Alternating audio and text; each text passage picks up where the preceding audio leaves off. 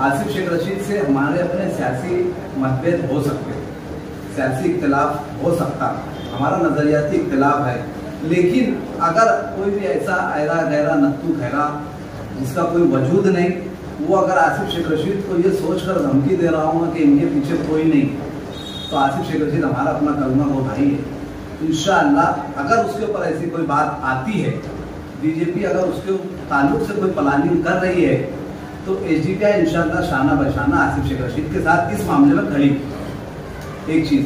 दूसरी एक चीज़, अगर ये बीजेपी वाले इनकी छाती में इतना दम है, तो इन्होंने जगह और वक्त तो आसिफ शेख रशीद को तो बाद में बताना, पहले इन्होंने एसडीपीआई के किसी आम कैडर को बता दें। इनको जब जब ये मुसलमानों का नाम सुनते तब तब ये अपना फन बाहर करते।